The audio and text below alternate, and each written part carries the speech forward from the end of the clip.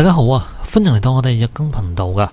呢集呢，同大家睇一睇啦，都係同中國相關嘅新聞啦。咁講結婚生仔啊，同埋要幫個生育率啊做一個急救啊，等人生多啲仔啊。而根據報道所講啊，中國婦女第13次全國代表大會喺10月閉幕啦。呢個係每5年一次嘅最高級別女性政治會議，但係呢，入邊參加嘅人啊，都係男性居多啊。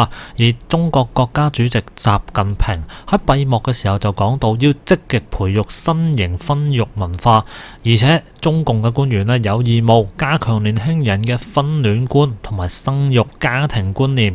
就藉住呢一個婦女大會啊，為中國女性設立結婚生仔嘅目標啊。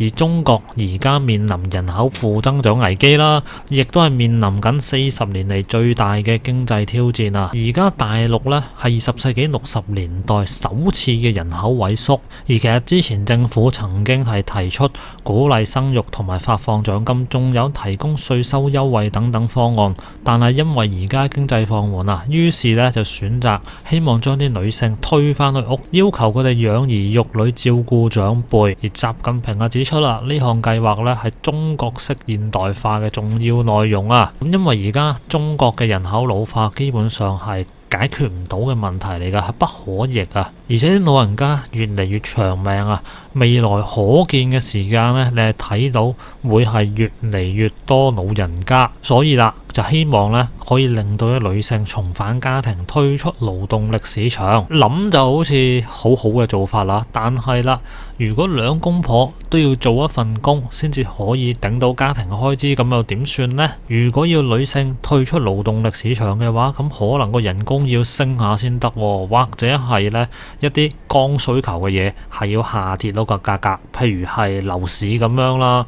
但係如果兩個人本來都係出去做嘢嘅，就得返個男性個女性嘅回歸家庭，咁其實個收入好似會受到好大影響喎。不過大陸年輕人啊，亦都因為經濟同失業率高嘅問題，對未來亦都好擔心。再加上啊，中國呢亦都係世界上邊照顧小朋友、撫養小朋友成本最高嘅國家之一。但係啦，如果喺咁樣嘅情況之下，推出個咁嘅口號，想要扭轉負增長嘅人口趨勢呢，好似比較難啊！除非有政策出嚟係資助俾呢啲咁嘅家庭，或者係懲罰呢啲咁嘅家庭，先至可以推動得到咯。如果唔係，肯定都係兩公婆一齊出嚟做嘢，一齊出嚟打工噶。回歸家庭呢，最緊要都係錢嘅問題啊！喺紐約亞薩學院嘅政治學教授呢，就提到啊，中國實行單孩政策嘅時候，當時係為咗試圖緩和人口增長，嘅採取罰款、絕育等等嘅手段啦，長達幾十年啦，去到2015年啊，先至結束呢個政策。所以頭先所講嘅嘢呢，雖然可能性唔大，但唔係完全冇可能。咁但係我自己睇啦，你呢一樣嘢就係唯有攞錢出嚟嘅啫，攞唔到錢出嚟呢，其實講乜都冇用啊！你同單孩政策唔同啊，即係同計劃生育當時唔同啊。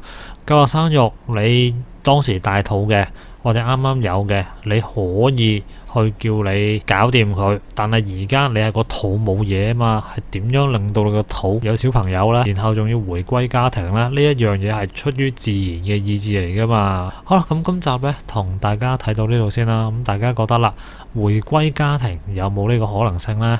下邊留個言啦。咁我哋下集再見啦，拜拜。